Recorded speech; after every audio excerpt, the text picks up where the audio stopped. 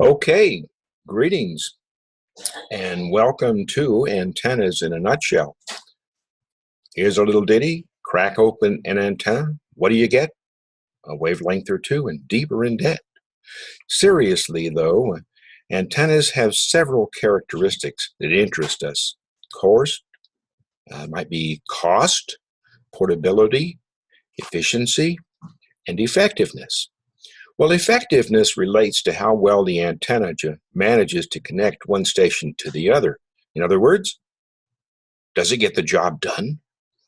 Thinking back to some previous training on amplifiers, one can reasonably conclude that if an antenna manages to transmit sufficiently, receive adequately well to communicate between the stations, then by definition, it is effective. Hams need to have effective antennas. The specific type of antenna, cost, and efficiency, all that can fall by the wayside as long as the combination of the ability to transmit and receive work. And that opens up a lot of possibilities for different types of antennas. For example, an antenna need not be perfectly resonant without a tuner. It need not even be perfectly resonant with a tuner. An antenna lying on the ground might work just as well as one strung diagonally into a tree or mounted on top of a rotating mast. Literally, it depends on whether or not the other station can hear you and you can hear them without destroying your equipment in the process.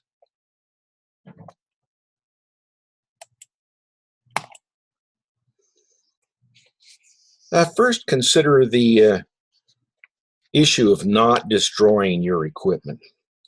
Regardless of antenna type or position, it's a good idea to periodically check the standard wave ratio. An SWR greater than 2:1 can result in sufficient reflected power to damage your station. Most radios either have a built-in SWR meter in the radio, or the station will have an external meter, and it is really a good idea to monitor that, because an SWR change will represent the first sign of a deteriorating antenna or deteriorating feed line, and fixing that problem will preserve your equipment. If you notice an increase in SWR, one way to isolate that fault consists of disconnecting the antenna from the feed line, placing a 50 ohm dummy load on the feed line, and then remeasuring SWR. If that reading is good, take a more close look at the antenna. Look for corrosion on the antenna joints or where the feed line attaches. Recently, a friend and I checked an antenna system, and even though the coax had been wrapped with coax seal and tape, that joint allowed water in, and it corroded the connection, resulted in an SWR greater than 3:1. We cleaned it, put a new connector on, and did what we hope is a better job of sealing it. Hint: with the leaves on the trees, it is easier to raise and lower tree-supported antennas now. So try checking your antenna system now. That is an SWR bridge. Why is it resonant? Just talked about that. If you can look at that Yagi over there, you'll see one, two, at least two different bands, maybe three. Need to check the sealing here where it connects. And this looked like this might be a connection down here. There you go. So resonance and SWR is important. Always first, check your SWR. And if that looks okay, then check the feed line. If you can, without disturbing it too much, because if it's old, then it needs to be replaced. Old is usually 10 to 15 years. That depends on the quality that you purchased to begin with. Yeah, you know what coax you bought, and each type of coax has a life expectancy. So how alive is your coax? How alive is your coax? If you look at this, you'll find various items. These are various coax types. Notice over here, this is what they're named or brand name. These are the sizes. And here is the loss. And that loss is usually given in hundreds of feet.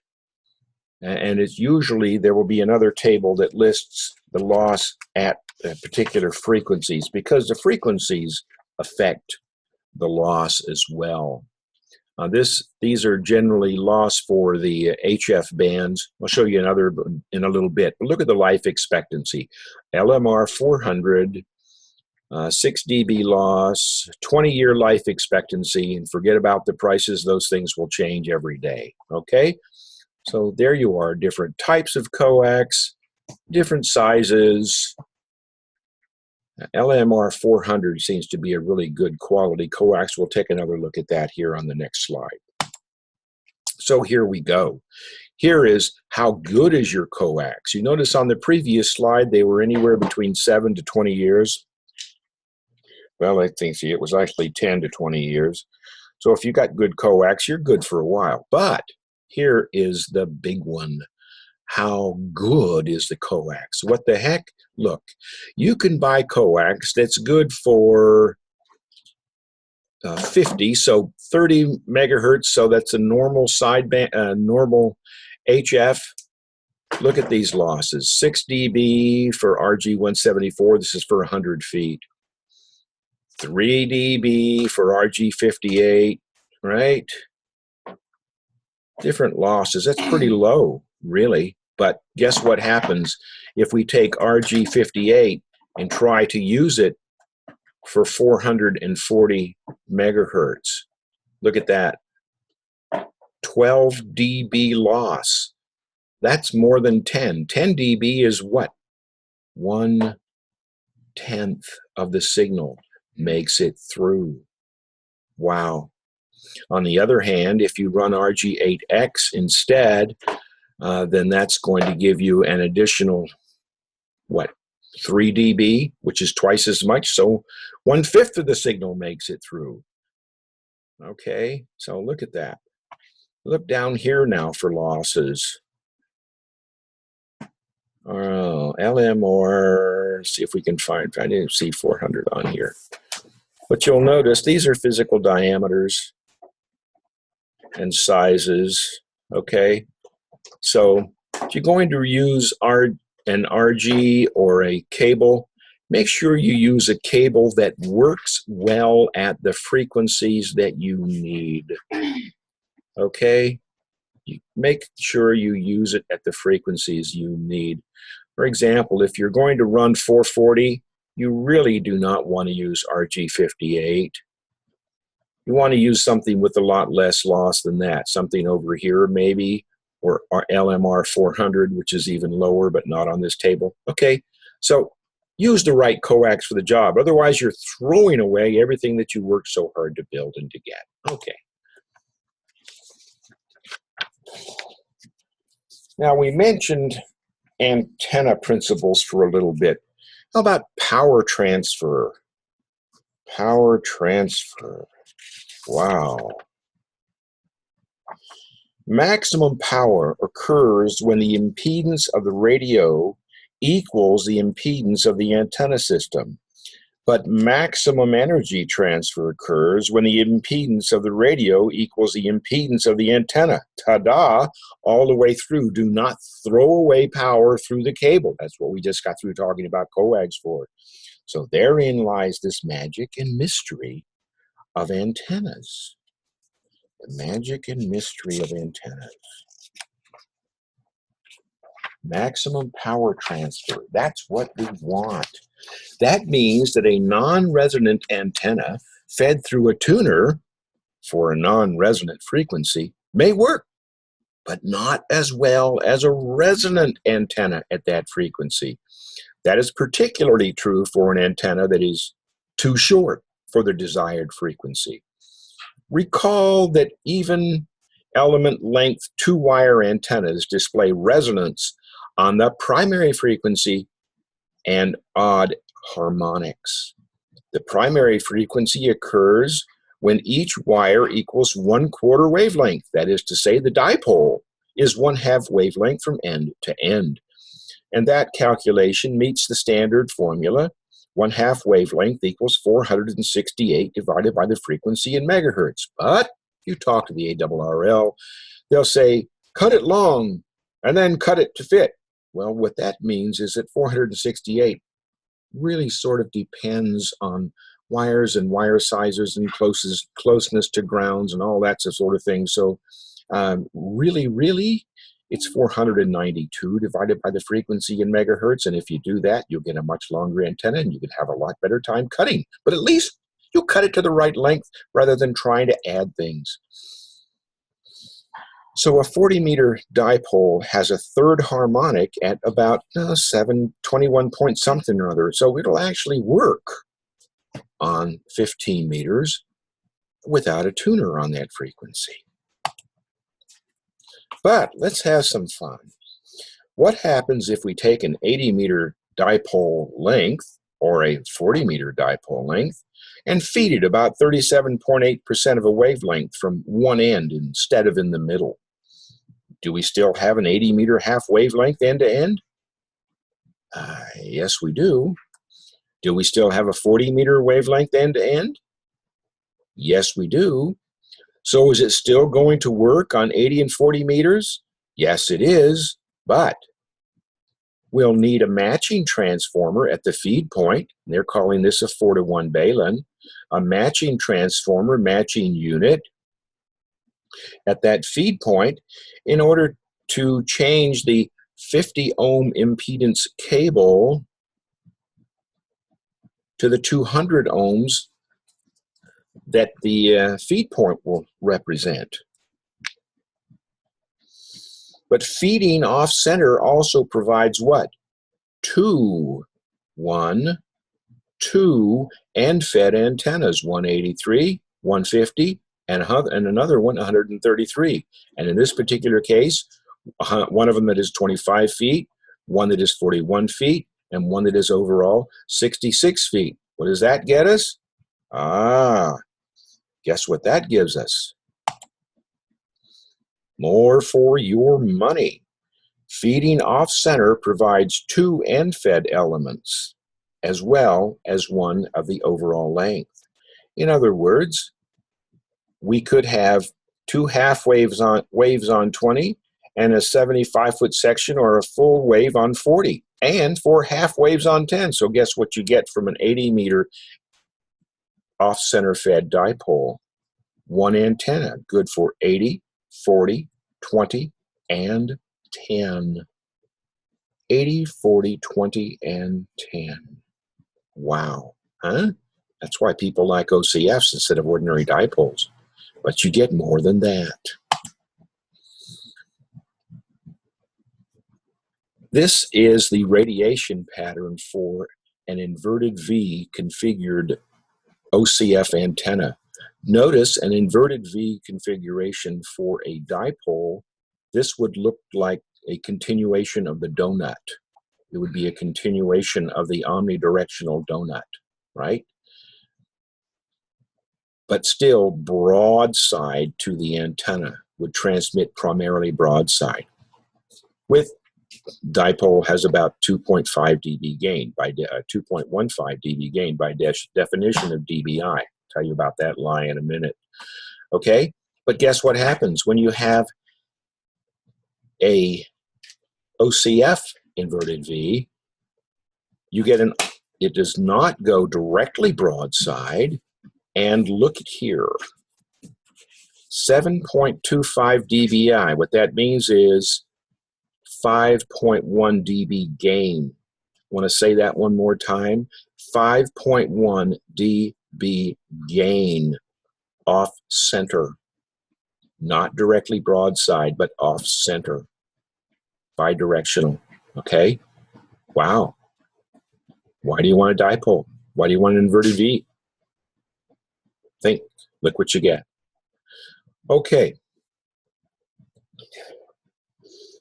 It distorts that pattern. Now here's the lie. dBi is a mythical antenna that nobody can build except maybe particular engineers somewhere in a radio anechoic chamber. And what that means is it's a reference antenna, DBI, dB per this imperfect or perfect antenna, DBI.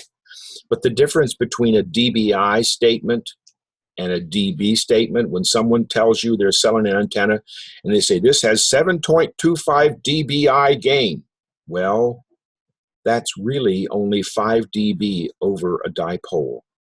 Ready? 5 dB over a dipole. If they say dBi, subtract the 2.15 to get actual gain over a dipole. That's the value of that. All right. That was OCF antenna.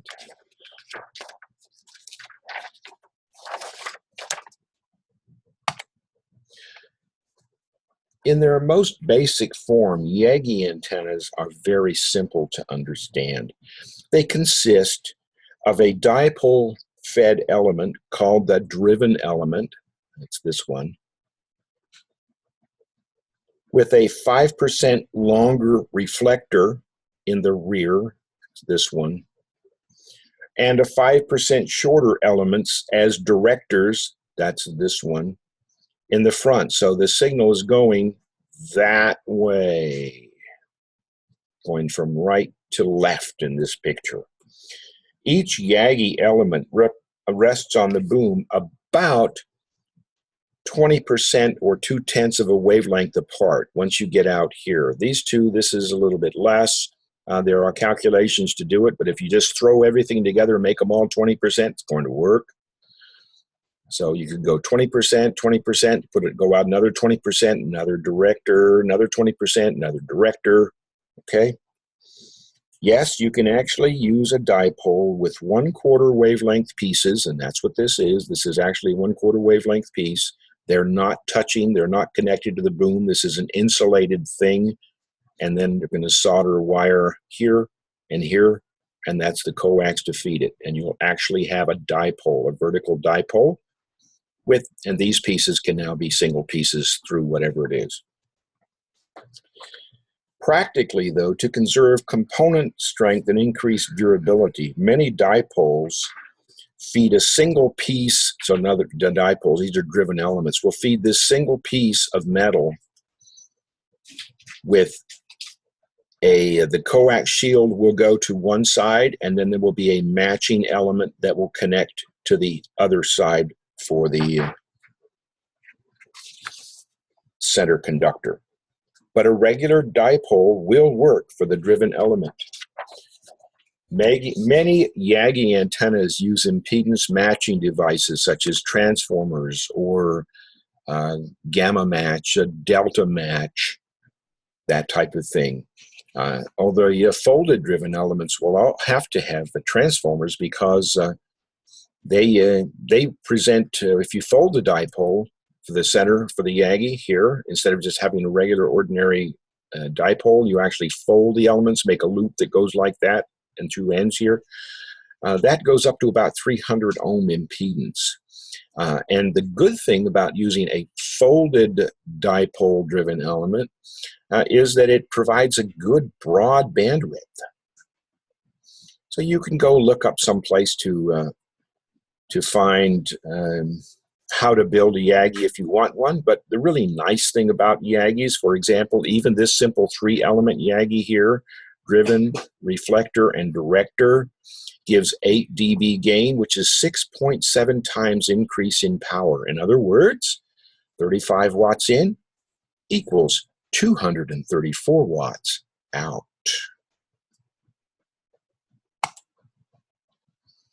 Dipoles and 2-element multi-band wire radiators. Well, we just finished talking about off-center fed dipoles. By virtue of them being off-center fed, they change the feed point impedance and they lose that dipole radiation pattern somewhat. In other words, off-center fed antennas behave similar to end-fed antennas. That means, and rather than the radiation being completely broadside, it'll go off slightly towards the end of that whichever wire it is there, that longer wire. So that's why an OCF dipole exhibits gain off-center, not instead of just broadside. So each end-fed antenna possesses the characteristic of resonance at different points in a dipole. So we all know that dipoles resonate on odd harmonics, and OCF resonate on even harmonics. So what does that mean? Well, depending upon the need to point towards a receiving net or receiving station, you may find the dipole more effective because of its relatively omnidirectional pattern, or you may choose an OCF or an end-fed. So, wire antennas mounted vertically, for example, a tie up here, a tie in the middle to another tree, and a tie over here to another tree. That's 1, 2, 3 trees. They're usually mounted with the ends and the center at the same height, one long, equidistant from the ground connection to this tree here and here. But then you have to have three mounts. Well, a V antenna, V configuration, inverted V, just has the one mount here in the center. So you get a little bit of advantage from that. The first one is 2 serious advantages. They only require 1 mast instead of 3. And anybody that thinks that they can run a dipole by tying one end over here and one end over here and it's going to hang straight, with the weight in the middle, not likely. You'll end up with a droop pole.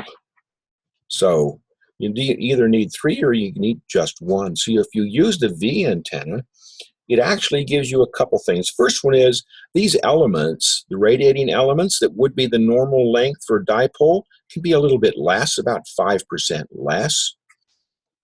And guess what? When the V, or what would be a normal dipole, is dropped down to a V configuration, it actually improves. It improves the omnidirectional characteristics. So if you decide to buy or build an OCF or an end-fed antenna, consider 3 issues: power, power, and power. In other words, will you lose your power through poor coax? Right? Will you melt your wire by putting too much RF energy into the radiating elements? Will you blow up the transformer or the balun or the balun? Will you do that? Okay, so here's the deal. I have never ever melted an antenna wire. Of course, I've not really tried. But I have managed to blow up the components of a balun. And that was because I tried to put too much RF current through it. So whatever you're going to use for your balun, whether it's 1-to-1 or 4-to-1 for the off-center fed, make sure that that balun is rated for the amount of power you want to push through it. Make sure that you have good coax.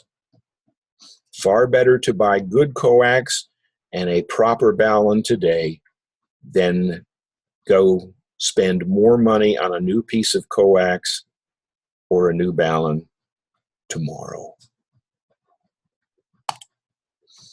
So, probably the worst thing to ever happen to a handy-talkie was the invention of the rubber duck antenna. A rubber duck antenna is nothing more than a 50 ohm dummy load. Even a 1/4 wavelength stiff piece of wire as the antenna for a handy-talkie is better than a 50 ohm dummy load, really. So speaking of dummy loads and antennas for a rubber duck, that literally is a rubber duck antenna. Pooh. By adding a counterpoise of about 19 to 20 inches to the base of even a rubber duck antenna, you will improve the transmission of the transmitting characteristics. And rather than trying to transmit on 50 milliwatts, you might actually end up transmitting closer to the rated power of the radio.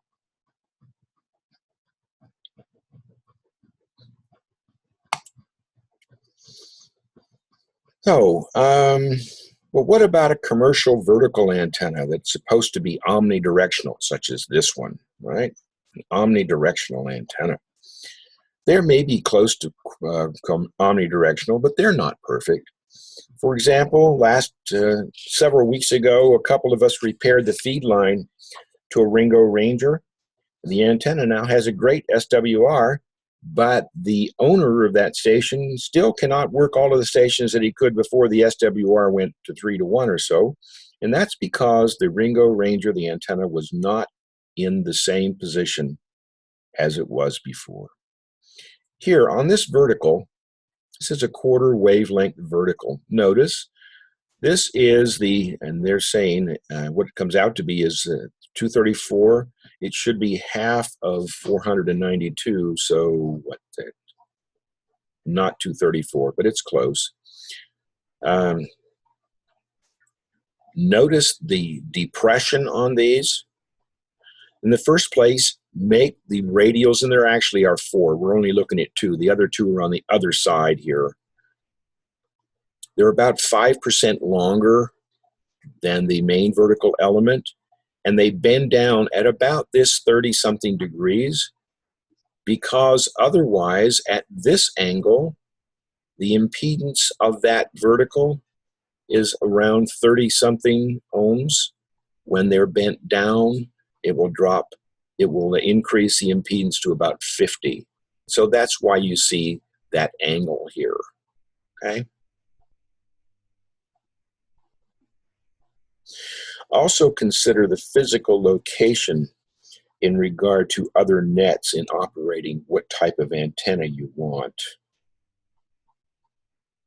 A good station located in one end of a county could be well served with a Yagi antenna that points towards the rest of the net instead of an omnidirectional antenna, whereas an omnidirectional antenna in the middle of a net area would work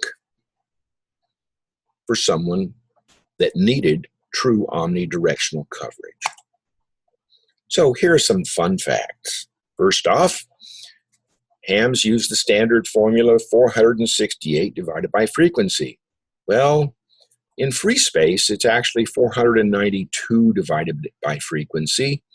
And so if you use 468 and find out that it's too short, because what usually happens, and the ARRL says this, antennas that are actually cut to 468 usually end up a little bit short. So go ahead, use 492. Why not? Use 492 and then cut. If you're making an 80-meter antenna, you might cut several feet off. If you're making an 80-meter antenna and you use 468 and it's too short, you're going to be soldering several feet back on. All right, another one. Some manufacturers, as I said, distort that truth. They will advertise blah, blah, blah, DBI. And of course, it's going to look even better than truth, better than real, because it is better than real. 215.